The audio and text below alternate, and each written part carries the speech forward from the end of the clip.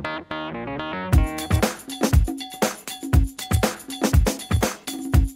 everyone, my name is Marjal Paclev and I'm 43 years old and I would like to welcome you in my hometown, Luna, La Union.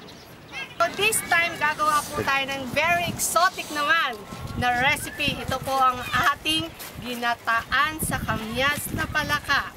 So, definitely, karamihan po sa inyo ay hindi kumakain ng palaka. Pero, I'm telling you, pag ginawa nyo po ito at natikman ninyo, yan po, it tastes like chicken lang. Sabi nga nila, para lang din po yung meat ng isang manok. Pero mas malasa. Kaya nga. So, papakita ko po sa inyo kung ano po ang inyong mga ingredients. So, meron po tayo rito, palaka, nakadapa. Yun. Ayan po ang ating palaka. Meron po tayo ritong luya. Igigisa po natin siya sa luya, sa sibuyas at bawang. And then later on, lalagyan po natin siya is ating pong kakanggata at ang ating pampalas at pampaasim, ang ating pong kamyas. And kung gusto nyo pong maging spicy, po pwede nyo pong lagyan ng kaunting siling haba.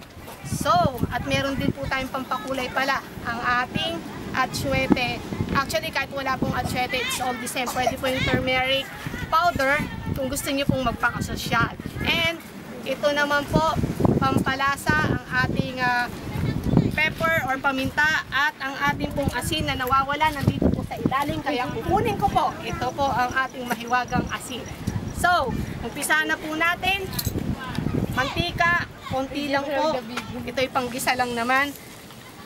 Painitin lang po natin ng konti bago po natin umpisahan ang ating panggisa.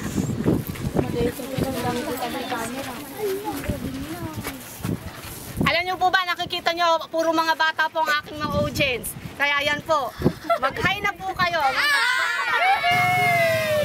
So, ito po, inumpisahan po nating igisa ang ating palaka para mawala po ang kanyang lansa. Nakikita nyo po, marami pong mga naghihintay akong mga audience. So, mga bata nga lang, katulad ko po. Feeling bata, batang isip, ika nga. So, ayan. Tig-iisa kayo ng palaka. So, later, titiknan po nila at sila po ang aking food critic. Sana nga lang, magustuhan nila. Dahil ito po yung mga to, yung mga expert na sa pagkain ng palaka. Mukhang pati sila nanghuhuli na rin ng palaka. So, naigisa na po natin siya. Lalagay na po ang ating mahiwagang palaka. Baka yung isa rito, aking prince. Kawawa naman siya. Ayan, igisa po natin siya para mawala po ang kanyang lansa. Kumana kay ka.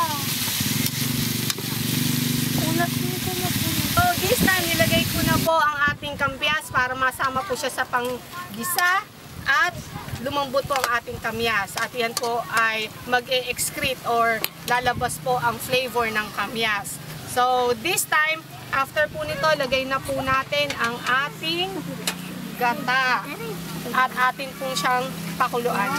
Hanggang ito po, ang ating palaka ay lumambot. Ilalagay na po natin ang ating atsuete para po meron po siyang pangkulay. Pero it's an option po ito. Optional po yan kung gusto niyo po siyang lagyan ng pampakulay o wala. Or lagyan niyo po ng turmeric powder para po pwede rin po yan na pampakulay. Dahil ang turmeric is luya rin po naman siya at pampadagdag po yan ng panlasa.